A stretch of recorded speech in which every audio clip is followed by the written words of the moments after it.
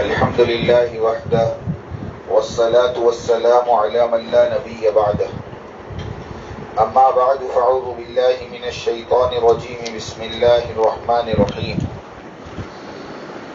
والذين جاهدوا فينا لنهدينهم سبلنا وإن الله لمع المحسنين صدق الله مولانا العظيم۔ محترمہ دینی ماں اور بہنوں، اللہ رب العزت کا بہت بڑا احسان ہے، کرم ہے کہ اللہ پاک نے ہمیں اپنے راستے میں نکلنے کی توفیق عطا فرمائی ہے۔ یہ اللہ کا بہت بڑا احسان ہے۔ لیکن ایک بات ہماری تمام بہنیں بہت دھیان سے سمجھ لیں کہ اللہ کے راستے میں نکلنا، اس کا مقصد اصل میں اپنی زندگیوں میں صفات کا پیدا کرنا ہے۔ اگر مقصد سامنے نہیں ہوگا تو زندگی بھر چلتے رہیں گی مگر مقصد میں کامیابی نہیں ہوگی، کیونکہ ہماری محنت برائے محنت نہیں ہے، ہماری محنت برائے مقصد ہے۔ اس جملے کو بہت دھیان سے سمجھنا۔ ہماری محنت برائے محنت نہیں ہے کہ محنت کرتے چلے جاؤ، ایسا نہیں ہے، بلکہ ہماری محنت تو برائے مقصد ہے کہ چاہے محنت تھوڑی ہو لیکن مقصد حاصل ہو رہا ہو۔ ورنہ ایک عام بات آپ کو بتاؤں کہ مقصد سامنے نہ ہونے کی وجہ سے زندگی بھر محنت کے بعد بھی مقصد میں کامیابی نہیں حاصل ہوتی۔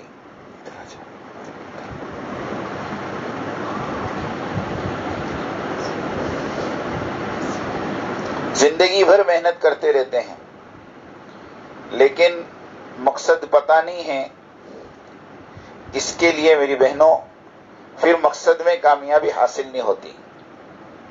اس لیے بہت دھیان سے یہ بات کو سننا ہے، سمجھنا ہے اور اللہ سے مانگتے رہنا ہے کہ ہمیں اللہ کے راستے میں اللہ نے نکالا تو ہے، اور ماشاءاللہ مہینے کے قریب بھی ہو گیا ہے۔ ہمارے حضرت فرماتے جس طرح دوا کھانے کے بعد انسان اپنے بدن میں اس کا اثر ڈھونڈتا ہے کہ میں اتنے دن سے دوا کھا رہا ہوں، آیا اس دوا کا کوئی اثر بھی میری زندگی پہ ہو رہا ہے نہیں ہو رہا؟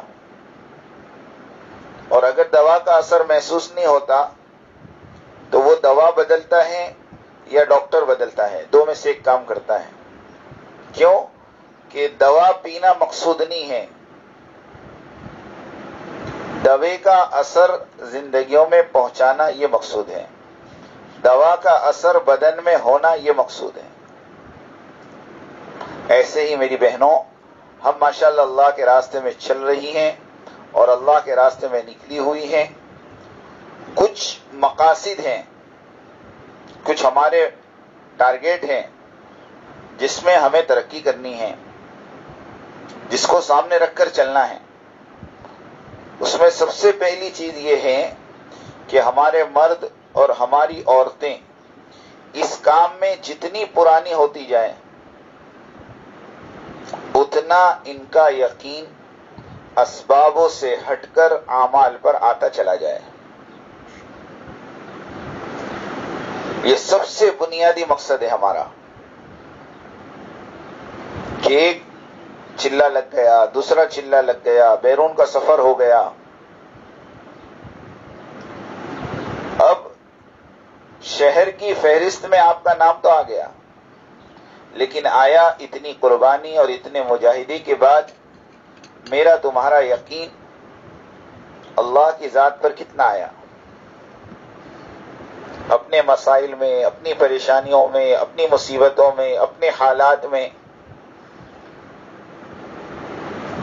ہمارا رجحان کس طرف ہے؟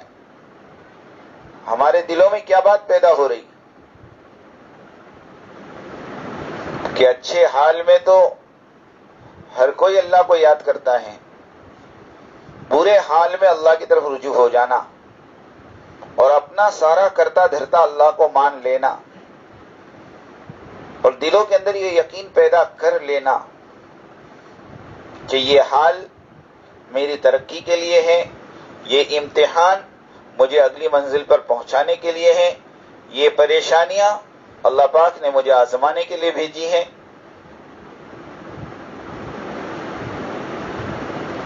اور اعمال کے ذریعے سے اپنے حال کو درست کرنے کی فکر میں لگنا۔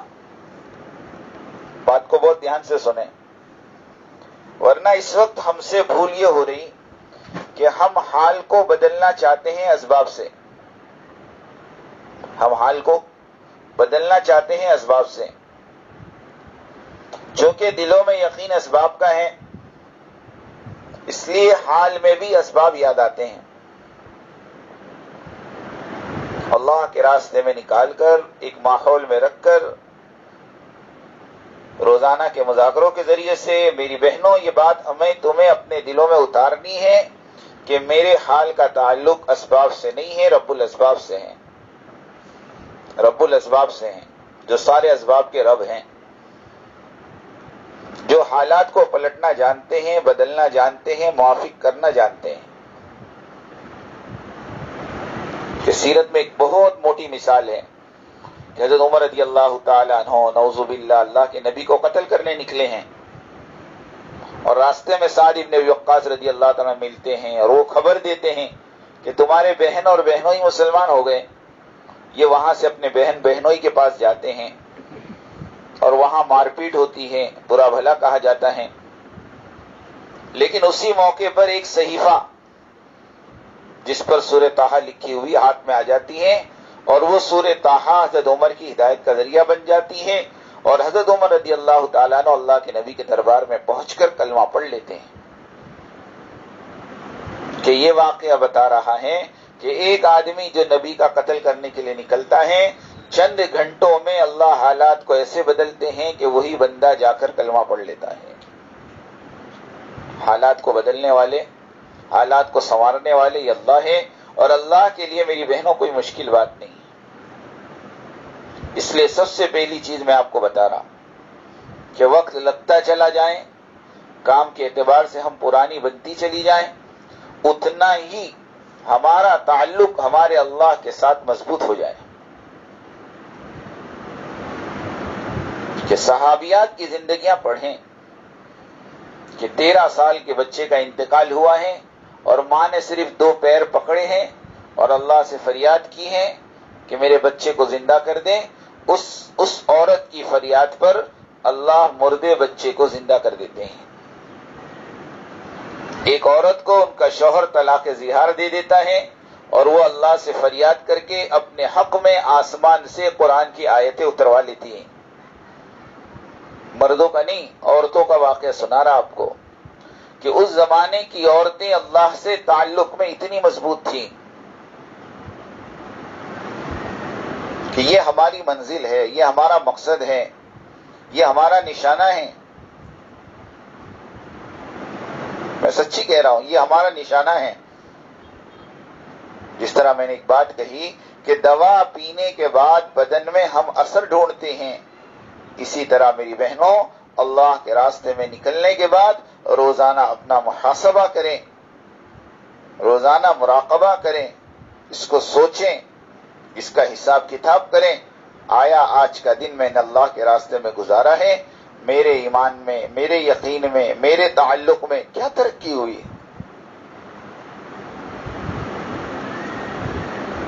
ورنہ میری بہنوں ماحول تو اتنا خراب ہے کہ موت تک میں اور آپ اسباب کے یقین سے نہیں نکل سکتے۔ کہنے کو تو میں بھی بڑی بڑی بات کر دوں زبان سے، لیکن اصل اللہ قرآن میں کہتے ہیں وَحُصِّلَ مَا فِي الصُّدُورِ، کہ اللہ قبر میں دلوں کو کھولیں گے کہ دلوں میں مخلوق کا تاثر ہے یا خالق کا تاثر ہے۔ زبان کا اعتبار نہیں ہے کہ تم کتنے گھنٹے ایمان کی بات کرتی تھی اور 6 صفات کیسے بیان کرتی تھی، یہ اصل نہیں ہے۔ اصل تو اللہ میرے تمہارے دلوں کو کھولیں گے کہ دلوں میں خالق کا تاثر تھا کہ مخلوق کا۔ حضرت معاذ صاحب رحمۃ اللہ علیہ فرماتے تھے کہ لوگ کہتے ہیں پانی میں ڈبونے کی تاثیر ہے، آگ میں جلانے کی تاثیر ہے، چھری میں کاٹنے کی تاثیر ہے۔ حضرت فرماتے تھے ہاں تاثیر نظر آتی ہے، کیوں کہ ہمارے دلوں میں تاثر ہے. جب دلوں سے تاثر نکل جائے گا تو چیزوں میں سے تاثیر نکل جائے گی. یہ ہے اصل کہ جب دلوں میں تاثر ہے تو تمہیں چیزوں میں تاثیر نظر آئے گی، ورنہ قسم خدا کی ان چیزوں میں کوئی تاثیر نہیں ہے. پانی ڈبو نہیں سکتا، چھری کاٹ نہیں سکتی، چھری کاٹ نہیں سکتی.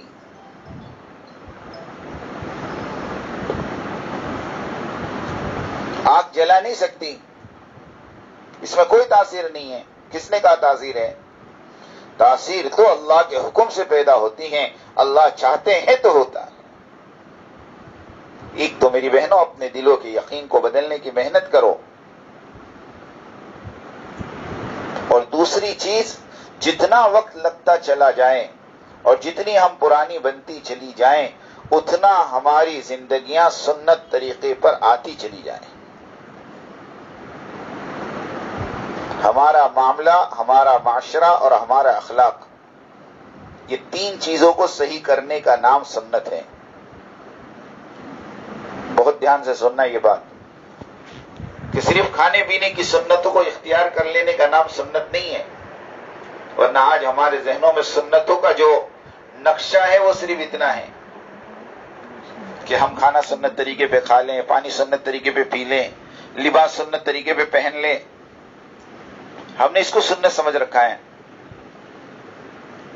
جبکہ سنت کا مطلب یہ ہے کہ میری اور آپ کی 24 گھنٹے کی زندگی سر کے بال سے لے کر پیر کے ناخن تک، پیدائش سے لے کر موت تک، اور صبح اٹھنے سے لے کر رات کو سونے تک، ہمارے ہر اعمال، افعال، اقوال سارے کے سارے اللہ کے نبی کے طریقے پر ہوں.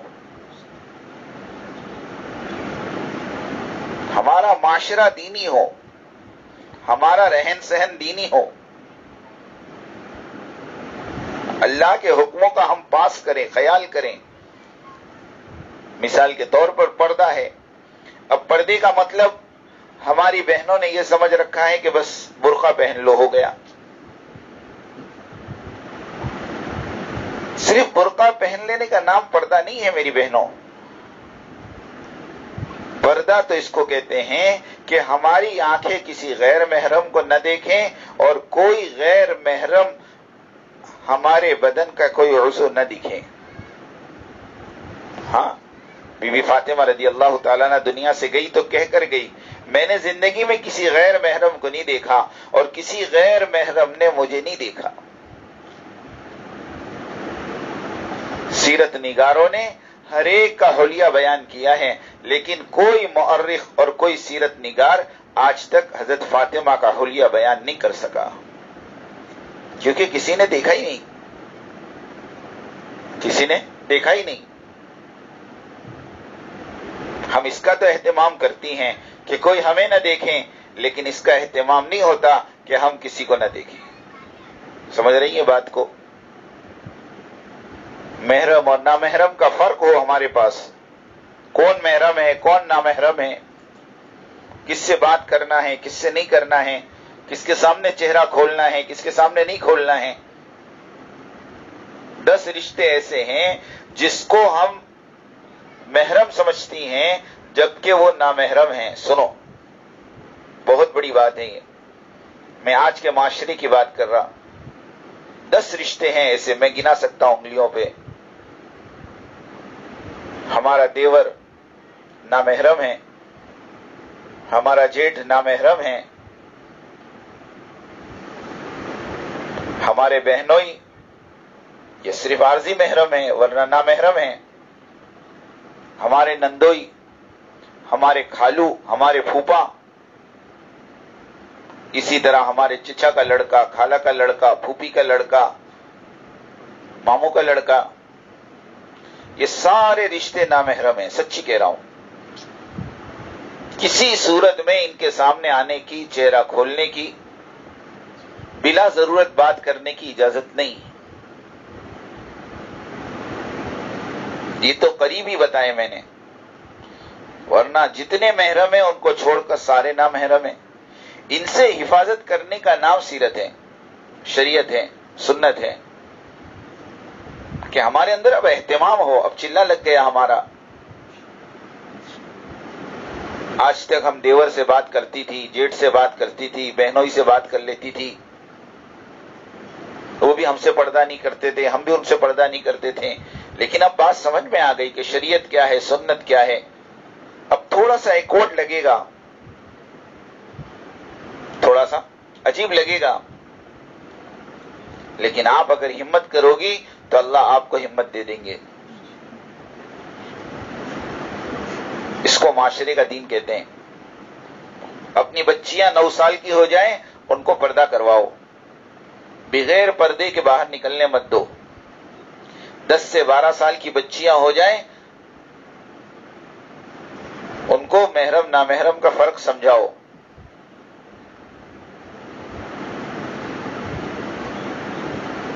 گھر میں سارے بچے بچیاں ساتھ میں رہتے ہیں، جوائنٹ فیملی ہے، اپنی بچیوں کی حفاظت کرو، بات چیت میں، کھیلنے میں۔ ایسا نہ ہو کہ ہماری غفلت کوئی بہت بڑے نقصان کا پیش خیمہ بن جائے۔ سمجھنے کی بات ہے، ہمارے بچے بڑے ہو گئے ہیں، ان کو بتاؤ کہ بیٹا چاچا کی لڑکی آپ کے لیے نامحرم ہے، خالو کی لڑکی آپ کے لیے نامحرم ہے۔ ورنہ ہم دیکھ رہے ہیں کہ ہم اپنے بچوں کو ہی بھیجتے ہیں کہ بیٹا ان کو ذرا گاڑی پہ چھوڑ کر آؤ، جاؤ گاڑی پر لے کر آؤ، جبکہ ہم جانتی ہیں کہ وہ نامحرم ہیں، لیکن ہم اپنے 15 سال کے بچے کو بھی نابالغ سمجھتی ہیں، جس کی وجہ سے سارا فساد ہمارے معاشرے میں واقع ہو رہا۔ میں یہ بات اس لیے کہہ رہا کہ یہ باتیں آپ کے سامنے کوئی نہیں کرے گا، بہت سمجھنے کی بات ہے۔ ابھی ایک جماعت چلہ لگا کر واپس آئی اور ایک ہوٹل میں بیٹھ کر کھانا کھایا اور سارے مردوں نے عورتوں نے ساتھ میں بیٹھ کر کھانا کھایا اور ساری عورتوں نے پردہ اٹھا کے کھانا کھایا۔ ابھی کی کارگزاری ہمارے پاس۔ کیوں ایسا ہوا؟ کیونکہ ان اللہ کی بندیوں کو کسی نے نہیں بتایا شریعت کیا ہے، سنت کیا ہے، بس وقت لگانا مقصود تھا، وقت پورا ہو گیا، گھر چلی گئی۔ ایسا نہیں ہے میری بہنوں، اللہ کا واسطہ دے کے کہتا ہوں، زندگیوں کو بدلنے کا نام تبلیغ ہے، زندگیوں کو سدھارنے کا نام تبلیغ ہے۔ بہت ساری باتیں آپ کی اور میری زندگیوں میں ایسی آئے گی جہاں پر بہت ساری رکاوٹیں ہوگی۔ ابھی ہمارے ساتھ چلے میں ایک مستورات کا جوڑا چل رہا تھا، بات آئی گھر میں تعلیم کیسی ہو، سننا بہت اچھی بات ہے۔ تو میں نے پوچھا آپ کے گھر میں تعلیم کیسے ہوتی ہے؟ انہوں نے کہا ہمارا پورے گھر والے بیٹھ کر تعلیم کرتے ہیں۔ میں نے کہا کون کون ہے آپ کے گھر میں؟ کہا میں ہوں، میری بیوی ہے، میرا لڑکا ہے، میری بہو ہے اور میرا ایک چھوٹا لڑکا ہے جس کی شادی نہیں ہوئی۔ اس کی عمر کتنی ہے؟ کہا 20 سال ہے۔ میں نے کہا آپ لوگ تعلیم کرتے ہیں تو آپ کی بہو کتاب پڑھتی ہے؟ کہا ہاں کتاب پڑھتی ہے بہو، میری گھر والی تو نہیں پڑھ سکتی، میری بہو پڑھتی ہے۔ تو میں نے کہا آپ کا لڑکا بھی تعلیم میں بیٹھتا ہے؟ کہا ہاں کیوں نہیں بیٹھے گا، وہ کہاں جائے گا؟ میں نے کہا کہ دیکھو آپ کی بہو کے لیے آپ کا بیٹا نامحرم ہے اور آپ کے بیٹے کے لیے آپ کی بہو نامحرم ہے، ہم تو اس کی اجازت نہیں دیں گے کہ آپ ساتھ میں بیٹھ کر تعلیم کریں۔ تو کہا پھر کیا کریں؟ میں نے کہا آسان شکل یہ ہے کہ تمہارا لڑکا اور بہو اپنے کمرے میں اپنی تعلیم کر لیں اور تم تینوں بیٹھ کر اپنی تعلیم کر لیں۔ تو اس نے فوراً کہا کہ مصعب یہ نہیں ہو سکتا، ہمارے گھر میں ہم توڑ نہیں پیدا کر سکتے ہیں۔ میں نے کہا آپ توڑ نہیں پیدا کر سکتے، شریعت چھوڑ سکتے ہیں؟ آپ سمجھیں میری بات کو، ہم آپ کو شریعت بتا رہے ہیں اور آپ کہہ رہے ہیں اس میں توڑیں۔ نہیں، اس کا اہتمام کریں، معاشرے کے اعتبار سے اپنے معاشرے کو سدھارنے کی فکر کریں، اسی طرح اپنے معاملات کو، لین دین کو صحیح کریں۔ اب مردوں کا لین دین تو کاروبار کا ہوتا ہے، عورتوں کا لین دین کیا؟ عورتوں کے لین دین میں عام طور پر ہمارے پاس پڑوس سے کوئی چیزیں ہم منگاتی ہیں، سننا بہت دھیان سے، لیکن اس کے واپس کرنے کا کوئی اہتمام نہیں ہوتا۔ یہ بھی قیامت کے دن پکڑ کا سبب بن جائے گی۔ کسی کے یہاں سے 2 ٹماٹر منگا لیے، پیاز منگا لیے، شکر منگا لی، آٹا منگا لیا۔ عام طور پہ ہوتا ہے کہ آٹا ختم ہو گیا، بہن ذرا دے دو، ہمارے یہاں آٹا آئے گا تو واپس کر دیں گے۔ اب آٹا آنے کے بعد بھول جاتی ہیں، اور کوئی یاد دلا بھی دے تو کہ 2 چٹکی آٹے میں کیا جان نکلتی ہے؟ جان تو نہیں نکلتی ہے، لیکن قیامت کے دن اس کا حساب دینا پڑے گا۔ ہاں، اللہ کے نبی نے فرمایا بغیر سینگ والی بکری کو سینگ والی بکری نے مارا ہوگا، اللہ سینگ والی بکری کو سینگ دیں گے اور بدلہ دلوائیں گے۔ جب جانوروں کا حساب ہوگا جن کی آخرت کا کوئی مسئلہ ہی نہیں، جنت جہنم کا کوئی مسئلہ ہی نہیں، تو میری بہنوں میرا اور آپ کا تو پورا پورا حساب ہونے والا ہے۔ اس کے لیے بہت اہتمام رکھیں معاملات میں۔ اور ایک سب سے بڑا مسئلہ آج ہمارے گھروں میں ہے، وہ یہ ہے کہ ہمارے گھروں میں مہمان آتے ہیں،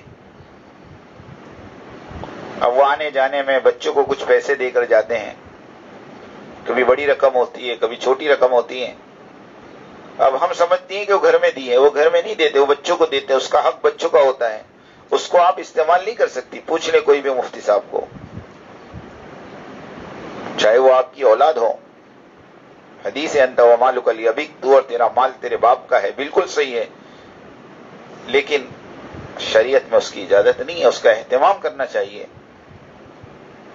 ورنہ بعض مرتبہ چھوٹی سی بھول قیامت کے دن بہت بڑی پکڑ کا سبب بن جائے گی۔ اس لیے اپنے معاملات کو صحیح کریں، یہ بھی سنتوں میں ہیں۔ اور تیسری چیز میری بہنوں، اپنے اخلاق، اللہ کے راستے میں نکل کر جس طرح ہمارے اعمال میں ترقی ہو رہی ہو، ہمارے یقین میں ترقی ہو رہی ہو، ہمارے ذکر و اذکار میں ترقی ہو رہی ہو، جس طرح ہمارے اخلاق میں بھی ترقی ہو رہی ہو۔ اخلاق کس کو کہتے ہیں؟ اخلاق کا تعلق 90% زبان سے ہے۔ سنو، 90% زبان سے، بلکہ کسی نے بڑا اچھا جملہ کہا کہ زبان کھلتی ہے تو پتہ چلتا ہے کوئلے کی کان ہے کہ سونے کی کان ہے۔ بڑی عجیب بات ہے۔ اس لیے اپنی زبان کو سنبھالو۔ اخلاق جو ظاہر ہوتے ہیں وہ زبان سے ہوتے ہیں۔ اپنی زبان میں نرمی لاؤ، پوری امت تم سے جڑ جائے گی، اور اگر تمہارے اندر سختی ہے تو پوری امت ٹوٹ جائے گی، سچی کہہ رہا ہوں۔ نرم چیز جوڑنے کا کام کرتی، سخت چیز توڑنے کا کام کرتی۔ گوند نرم ہے، کاغذ سے کاغذ جڑ جاتا، فیویکول نرم ہے، لکڑی سے لکڑی جڑ جاتی، گارا نرم ہے، اینٹ سے اینٹ کو جوڑ دیتا۔ ایسے میری بہن، جتنا ہماری زبان میں نرمی ہوگی اتنا امت ہم سے جڑے گی، لوگ ہم سے جڑیں گے، ہماری بہنیں ہم سے جڑیں گی۔ ورنہ میری بہنوں، تلوار کا زخم اور چاقو کا زخم تو بھر جاتا ہے، لیکن زبان کا زخم موت تک نہیں بھرتا۔ اس لیے یہ عادت چھوڑ دے تانے دینے کی، کسی کو ذلیل کرنے کی۔ میرے گھر میں ساس ہوں، میں اپنی بہو کو اپنی بیٹی سمجھوں، اور اگر میں اپنے گھر میں بہو ہوں تو میں اپنی ساس کو اپنی ماں سمجھوں، سارے مسئلے حل ہو جائیں گے انشاءاللہ۔ اگر بڑی جیٹھانی ہے، دیورانی کو اپنی چھوٹی بہن سمجھے، بھابھی ہے، ننند کو اپنی چھوٹی بہن سمجھے، ننند ہے، بھابھی کو اپنی بڑی بہن سمجھے، دیورانی ہے، جیٹھانی کو اپنی بڑی بہن سمجھے، سارے مسئلے حل ہو جائیں گے۔ مل کر رہنا سیکھیں، برداشت کی عادت ڈالیں، برداشت کی عادت ڈالیں۔ اللہ کے نبی نے فرمایا، سلمن قطعت افمن ظلمت، جو تم سے توڑے اس سے جڑو، جو تم پہ ظلم کرے اس کو معاف کرو، اور جو تم کو اپنی عطا سے محروم رکھے ان کو عطا کرو۔ یہ اخلاق ہیں۔ جو ہم سے اچھا سلوک کریں اس سے ہم اچھا سلوک کریں، یہ اخلاق نہیں ہے، یہ تو انصاف ہے۔ ہاں، یہ تو انصاف ہے۔ اکرام تو یہ ہے کہ سامنے والے کی تکلیف کو برداشت کریں، پڑوسی کی تکلیف کو برداشت کرنا، یہ اخلاق ہے۔ یہ اخلاق نہیں ہے کہ سامنے والا اچھا کرے تو ہم بھی اچھا کریں گے، اور سامنے والی آڑی بنے تو میں بھی آڑی بنتی ہوں، دیکھو میں اس سے 2 ہاتھ آگے ہوں۔ یہ کوئی اخلاق کا نمونہ نہیں ہے، یہ عادتیں اچھی نہیں ہے کہ پوری بلڈنگ میں، پورے محلے کو سر پہ اٹھا لینا کہ تو شیر ہے تو ہم سوا شیر ہیں۔ یہ کوئی اخلاق کا نمونہ نہیں ہے۔ اخلاق تو اس کو کہتے ہیں کہ ہم ہر ایک کی بات کو برداشت کر لیں، زبان کو بند رکھیں، اللہ پاک نے چھوٹی سی زبان رکھی ہے اور اس میں ہڈی نہیں رکھی. کیوں؟ کہ اللہ زبان میں سختی پسند نہیں کرتے ہیں. اور پھر اللہ پاک نے 32 دانتوں کے بیچ میں رکھا کہ اس کو نکالنے سے پہلے 10 مرتبہ سوچنا. اس کے لیے میری بہنوں اپنے اخلاق کو سدھاریں، اپنے اخلاق کو صحیح کریں. جیسے جیسے ہمارا وقت لگ رہا ہو ہمارے اندر نرمی، ہمارے اندر برداشت، یہ چیزیں ہمارے اندر پیدا ہو رہی ہو. ہاں، حضرت فرماتے ہیں کسی کا جواب مت دو. اگر تم نے جواب دیا تمہارا صبر ختم ہو جائے گا. یہ بڑی بات بتائی. کسی کا جواب مت دو، چپ رہو، خاموش رہو. بعض مرتبہ ہمارے ساتھی، ہماری بہنیں ہم سے یہ پوچھتی ہیں کب تک صبر کریں، کب تک صبر کریں. ہم کہتے ہیں قبر تک کریں. ہمارا صبر تو قبر تک ہے، ہمارا صبر تو قبر تک ہے. قبر تک صبر کرتے چلی جائیں، خاموش رہیں. اس کو سنت کہتے ہیں کہ ہماری زندگی پیارے نبی کے طریقے پر ہو. اور تیسری اور آخری چیز میری بہنوں، اب اللہ کے راستے میں نکلنے کے بعد ہمارے جذبات بدل رہے ہوں. دیکھو نظام الدین سے بھی بات کہی کہ جن بہنوں کے 3 دن لگے ہیں وہ تو دوسرے مہینے کے بعد تیسرے مہینے میں 3 دن لگاویں، اور جن بہنوں کا عشرہ لگا ہے وہ تو سال پورا ہونے کے بعد عشرہ لگاویں. لیکن جو بہنیں چلہ لگا چکی ہیں ان کے لیے یہ ساری ترتیبیں اب ختم ہو گئی. اب ان کے لیے یہ ترتیب ہے کہ جب بھی تقاضا آوے، جب بھی جماعت تیار ہو جائیں، ضرورت پڑ جائے پرانی بہنوں کی، پرانے مردوں کی، اور شہر کے مشورے سے طے ہو جائیں تو ہم اس جماعت کو لے کر نکل جائیں. اب ہماری وہ ترتیب نہیں ہے کہ چلہ لگ گیا 2022 میں، اب 2024 میں اور 25 میں جائیں گے. نہیں، اب ایسا نہیں ہے. عشرہ لگ گیا اب سال کے بعد نہیں، بلکہ اپنے دلوں کے اندر یہ بات بٹھائیں کہ میرا جان، میرا مال، میرا وقت، میری صلاحیت، یہ سب کچھ امانت ہے، سب کچھ امانت ہے. اس کو اللہ کے دین پہ لگانا یہ سمجھداری ہے، یہ خوش نصیبی ہے. بلکہ ایک بات بڑی عجیب فرمائی، یوں فرمایا خوش نصیب ہے وہ مسلمان مرد اور وہ مسلمان عورتیں جس کو اللہ اپنے دین کے لیے قبول کر لیں.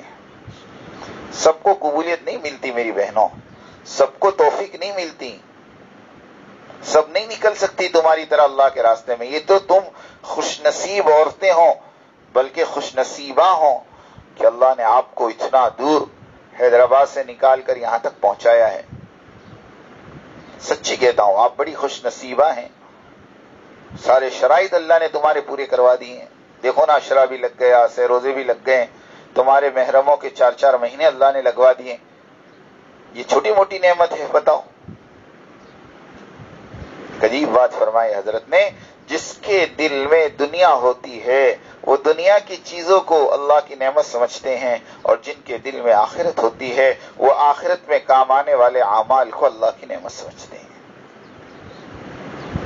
دلوں میں دنیا ہوگی تو اچھا مکان کو نعمت سمجھو گی، اچھی نوکری کو نعمت سمجھو گی، اچھی سواری کو نعمت سمجھو گی. کیوں کہ دل میں دنیا ہے. اور دل میں آخرت ہوگی تو اپنے ایک ایک عمل کو اللہ کی نعمت سمجھو گی. سچی کہتا ہوں، فجر کی نماز پڑھ لینا اللہ کی نعمت ہے، ورنہ لاکھوں بندے اور بندیاں دنیا میں بیچاری فجر کی نماز نہیں پڑھی. سوچے تو صحیح، ہم پر اللہ نے کتنا احسان کیا ہے کہ اللہ اپنے دین کا کام ہم سے لے رہا. اللہ تو میری بہنوں میرا تمہارا محتاج تھوڑی ہے، اللہ کا تو لشکر ہے. وما يعلم جنود ربك الا هو، تو تیرے رب کے لشکر کو نہیں جانتا، وہ لشکر بہت بڑا ہے. وَإِن مِّن شَيْءٍ إِلَّا عِندَنَا خَزَائِنُ، ہمارے پاس بڑے بڑے خزانے ہیں، ہر چیز کے خزانے ہیں. اللہ تو کسی سے بھی کام لے لیں، اللہ اپنے خزانے سے کسی کو بھی استعمال کر لیں. یہ تو میری اور آپ کی میری بہن خوش نصیبی ہے. سچی کہہ رہا ہوں، خوش نصیبی ہے کہ اللہ نے ہمیں ان گناہوں کے باوجود اور ان گندگیوں کے باوجود اللہ ہمیں اپنے راستے میں چلا رہا ہے. قسم خدا کی اللہ کا شکر ادا کریں. سچی کہتا ہوں اللہ کی نعمتوں کا شکر اگلی نعمتوں کے دروازے کھلواتا ہے، اور اللہ کی نعمتوں کی ناشکری اللہ کی نعمتوں کو چھیننے کا سبب بن جاتی ہے۔ اس لیے یہ کبھی نہ سمجھے کہ بس چلہ پورا ہو گیا، اب تو گھر جائیں گے، اب تو چلہ لگ گیا، اب تو کوئی ہم کو تشکیل نہیں کر سکتا۔ نہیں میری بہنوں، جس طرح آپ اس علاقے میں چل رہی ہیں، اس علاقے کی مستورات اور عورتوں کے احوال آپ کے سامنے آئے ہیں، ایسے پوری دنیا میں امت ارتداد کے قریب ہے۔ ابھی ہمارے مولانا سجاد نعمانی صاحب نے رجسٹر آفس میں سے نام نکلوا کر بتایا کہ اس سال صرف ہندوستان میں 8 لاکھ مسلمان لڑکیاں مرتد ہو گئی۔ 8 لاکھ مسلمان لڑکیوں نے غیروں کے ساتھ نکاح کر کے ان کے مذہب کو اختیار کر لیا، اور انہوں نے لے جا کر ان کو کہاں بیچ کر آئے ہیں کسی کو کوئی خبر نہیں ہے۔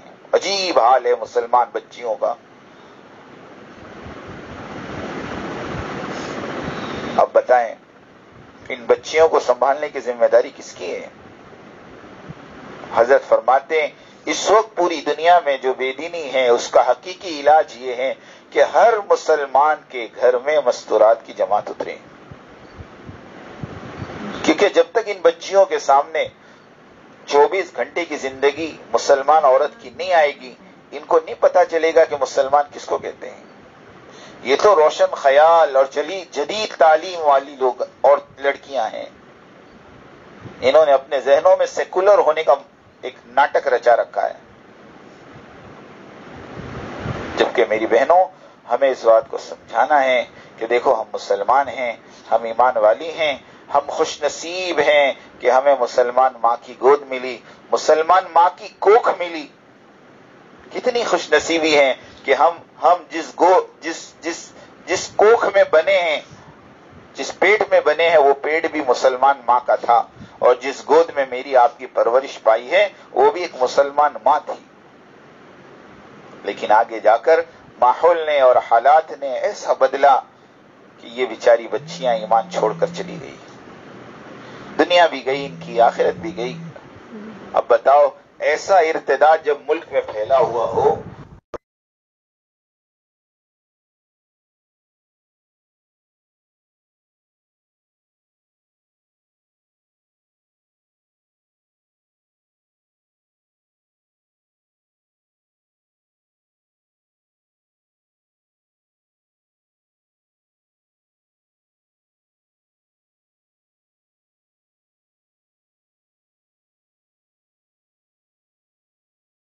مرتد ہو رہی تھی، اور یہ اللہ کی بندی اپنے گھروں میں آرام سے رہ رہی تھی، کیا جواب دیں گے اللہ کے نبی؟ اس کے لیے میری بہنوں اللہ کے راستے میں نکل کر تیسری چیز اپنے جذبات کو بدلنا ہے۔ یہ 3 باتیں لکھ کر رکھ لیں۔ ایک تو اللہ کے راستے میں نکل کر اپنے یقین کو، اپنی زندگی گزارنے کے طریقوں کو بدلنا، جس میں معاملات، معاشرت اور اخلاق تینوں چیز آ گئی۔ اور تیسری چیز اپنے جذبات کو، اپنی سوچ کو، اپنی وچار دھارا کو اور اپنی فکروں کو بدلنا۔ ابھی تک جذبے تو تھے اچھے مکان کے، اچھے کپڑوں کے، اچھی گاڑیوں کے، اب ہمارے دلوں میں یہ جذبہ بنے کہ میری نماز اچھی بنے، میرا ذکر اچھا بنے، میرے اخلاق اچھے بنے، میری آخرت اچھی بنے، میری قبر سنور جائیں، اور میں خود نہیں ہزاروں عورتوں کو جنت میں لے جانے والی بنوں۔ ایسی دنیا میں کئی عورتیں ہیں جنہوں نے اپنی زندگیوں کو لگایا، اللہ نے ان کو ذریعہ بنایا ہزاروں عورتوں کی ہدایت کا۔ یہ کام ہی ایسا ہے جو اپنے آپ کو پیش کرتے ہیں، اللہ ان کو اپنے دین کے لیے قبول کر لیتے ہیں۔ اس کے لیے اللہ کا شکر ہے آپ ماشاءاللہ اللہ کے راستے میں چل رہی ہیں۔ جو وقت باقی بچا ہے اس کو خوب اعمال کے ساتھ اور خوب فکر کے ساتھ اور خوب پابندی کے ساتھ گزارنے کی کوشش کریں۔ جتنا اعمال کی پابندی کرو گی اتنا صفات کے اعتبار سے میری تمہاری زندگیوں میں ترقی ہوگی۔ اللہ کے راستے میں نکل کر کوئی منتر نہیں ہے، سنو، کوئی چھڑی نہیں ہے کہ جو گھما دی جائے اور پڑھ کے دم کر دیا جائے زندگی بدل جائے۔ نہیں نہیں نہیں نہیں، اللہ کے راستے میں نکل کر دعوت، تعلیم، عبادت اور خدمت، یہ 4 اعمال ایسے ہیں کہ اگر ان کو پابندی سے کرو گی تو انشاءاللہ اللہ پاک ہماری زندگی کو بدل دیں گے۔ تو کرو گی انشاءاللہ، اللہ پاک مجھے اور